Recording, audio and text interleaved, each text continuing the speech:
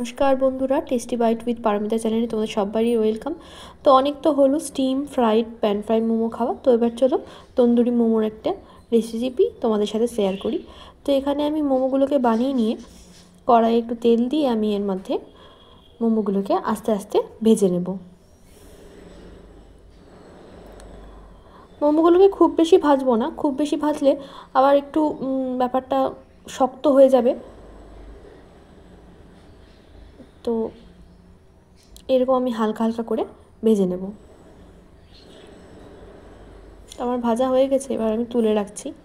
এইভাবে আমি সব কটা মোমোই ভেজে নেব আস্তে আস্তে। তো এবার তন্দুরি মোমোর মশলাটা তৈরি করার জন্য এখানে কিছুটা সর্ষের তেলের মধ্যে আমি কাশ্মীরি লঙ্কার গুঁড়ো দিয়ে দিয়েছি, যাতে কালারটা একদম লাল আসে। আর জল ঝরানো টক দই দিয়ে দিয়েছি, দিয়ে ভালো করে মিশিয়ে দিচ্ছি। প্রত্যেকটা জিনিস দিয়ে ভালো করে মিশিয়ে নিতে হবে। এর মধ্যে আমি একটু দিয়ে দিয়েছি তন্দুরি মশলা, একটু গরম মশলা গুঁড়ো, একটু লঙ্কার গুঁড়ো, আর এর মধ্যে দিব আমি স্বাদ মতো লবণ আর একটু সামান্য হলুদ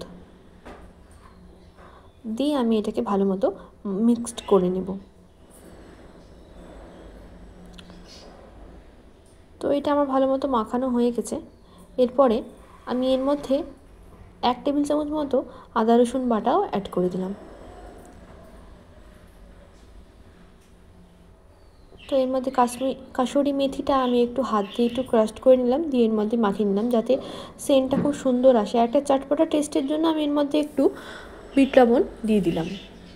তো এবার ভেজে রাখা মোমোগুলো আমি এর মধ্যে দিয়ে ভালো করে মাখিয়ে আধ ঘন্টা মতো ঢাকা দিয়ে রাখবো, যাতে মশলাগুলো মোমোর যে বাইরের কোটিংটার সাথে ভালো করে মিশে যায়।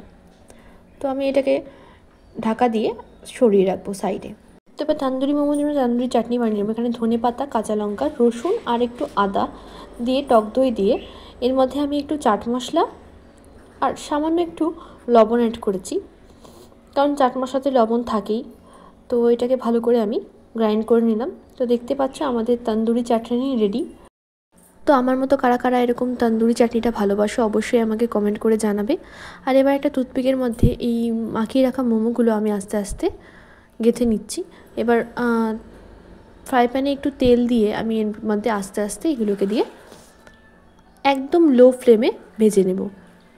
ভেজে না, মানে ওই সেঁকে নেওয়ার মতো একটু সেঁকে নিলাম। তো আমি এটাকে উল্টিয়ে পাল্টিয়ে ভালো করে সেঁকে নিয়েছি।